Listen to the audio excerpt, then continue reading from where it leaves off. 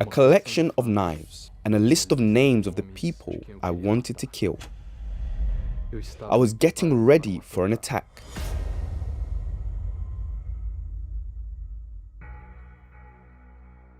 I began watching a lot of manga, Japanese cartoons.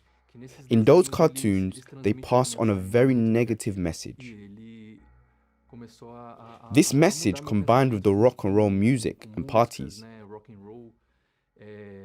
the underground of rock I attended, started to change my thinking. Then I began to mix with the wrong people, which led me to drug use. In those parties, there were punk circles.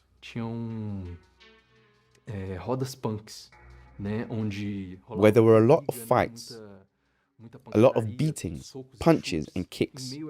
Amidst so much physical aggression, I felt the need to carry a knife and penknives. I started collecting knives. I really liked those sharp weapons.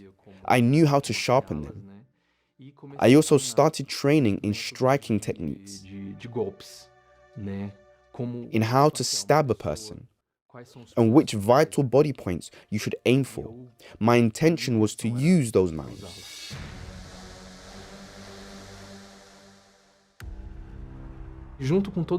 I was led towards this trend of the dark side because of all the misinformation I got from movies related to fourth-degree contacts. Me colocaram nesse modo dark side, como você pode ver. E isso And that only deepened my depression. I started feeling like a very empty person, and the only way to fill myself was with the drugs. I started attending rave parties, and then moved on to acid, LSD, MD crystal, always looking for something else to fill the void I had inside. With those horror films, I started having premonitions and thoughts of death and suicide. I had the illusions of seeing people dying in front of me. At this time, I received the sad news that my father had been attacked. During the robbery, he was murdered. I got revolted with that, so I started to enlarge my earlobe, as well as to have tattoos. When I was 17 years old, I got my first tattoo, which took several hours to prepare. This tattoo reads, "Life is a gamble," which passes on the message that our lives are at risk. This was in reference to gambling, because I lived life on the edge. I led a risky life. I wanted to cause an impact somehow. In the same way, I wanted to show wildness and presence. I was a coward in my love life. I was afraid of having a relationship. I didn't want to commit to anyone due to the trauma I had because of my parents. It was a trauma of their divorce, of fights, and physical aggressions I witnessed between them. I was afraid of bringing that into my life. However, that ended up happening with my first relationship because of drinking and drugs. That happened because we carried a baggage from our families, with both coming from divorced parents, and such big tragedies, like a murdered father. In the same way, I would hit him, curse him, and say horrible things. We didn't know how to make it work. With all those memories from my parents' relationship, I didn't want that to happen to me. But it became a reality. At a party, we paid a lot of money to get into. As soon as we entered, we started to argue because of jealousy. Then, we fought and argued, and all the feelings of happiness vanished.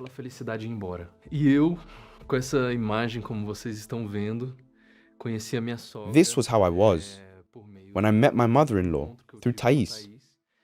She was very afraid to introduce me to her, because what mother would want her daughter to have a relationship with someone like this? Anyone would think he is a lowlife, a thug, a stoner. Leave my daughter alone. But the first meeting was a surprise. She ended up liking me. Thais' mum was already in the faith and attended the Universal Church, fighting for her daughter, for her family, and made us a proposal. She lived far from Brasilia, so she said, Attend this meeting because I need you to hear this message, and afterwards you can explain to me how it went. Before that, I had a bad impression of the church, like I had with other denominations. I thought that as soon as I entered the church, the assistants and the pastors would think I had a demon in me, like the other denominations thought. However, when Thais and I arrived, I was very welcomed by an assistant. I had never been so well received. I was treated like a gentleman. He said, "The meeting is about to start. If you would like to sit up front, I'll take you there. The meeting will start soon." That was shocking for me because I had never been welcomed this way. With that skeptical idea I had, people usually had a negative impact with my appearance. Therefore, what was supposed to be a simple visit to please my mother-in-law ended up being a transformation of life for me. By attending the meetings, I realized that I had to change. That image was no longer part of me. Little by little, I started attending Wednesday and Sunday meetings. That started to cleanse me. I felt like getting rid of the earlobe enlargers, the rings. I stopped seeing a reason for carrying penknives, knives. I understood that my protection was somewhere else. No one asked me to cut my hair, to change my appearance. I felt that need inside of me. If I wanted to assume the true image of God, I could no longer be that way. With Thais, I started attending the love therapy seminars, trying to break free from those traumas I had about relationships and fights. I was terrified about not being able to be happy in love. I started studying about intelligent love and what I should do to change. And we changed. We began a more serious relationship. During the meetings to seek God on Wednesdays and Sundays, I felt the need to change my spirit, to be a new person. I started doing more purposes, more fasts, reading the Bible, all that made a significant change in my life. When the campaign came, I saw in it the possibility to change. My biggest goal was to receive the Holy Spirit. It was a surrender, a life for a life, the old self for the new self, a new vessel. I wanted to become that, a new creature. I went with a material sacrifice, with all I had, in exchange for the spiritual. I wanted something else. I didn't just want the blessing, I wanted the Spirit of God.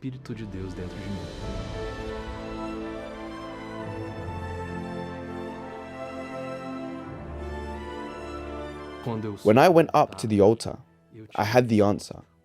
It didn't take long. As sometime later, I was graced with the Holy Spirit. It was something extraordinary. There is no explanation. Because it was as if all that weight left at once. There are no feelings. It was just an assurance. Nobody in this world can doubt this. You don't have the Holy Spirit because the certainty is inside you.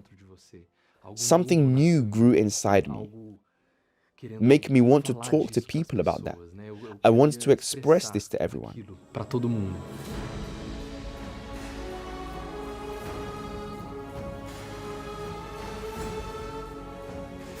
I focused on my marriage.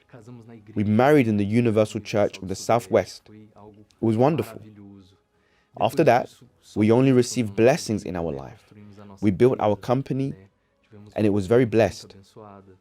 We faced the pandemic. We helped to build the sacred ground in Brasilia. We were pillars of the sacred ground. All the foundations were raised together with our life. Our life developed together with the sacred ground construction. From attending this place, my wife and I are agents of good today. We help to treat people with depression, which was what we suffered. We try to show them that there is a solution. Nowadays, things are colorful. And today, helping people who go through this, for us, is priceless. Today, Douglas brings me security. He is a completely changed man. What is important is that we walk the same way, towards the same direction. Today, I see both of them as a miracle of God. Two youngsters who had no expectation whatsoever, but had an encounter with God. In 2018, I was this creature, completely disturbed. And today, I see myself transformed. I found a solution. It was on the altar.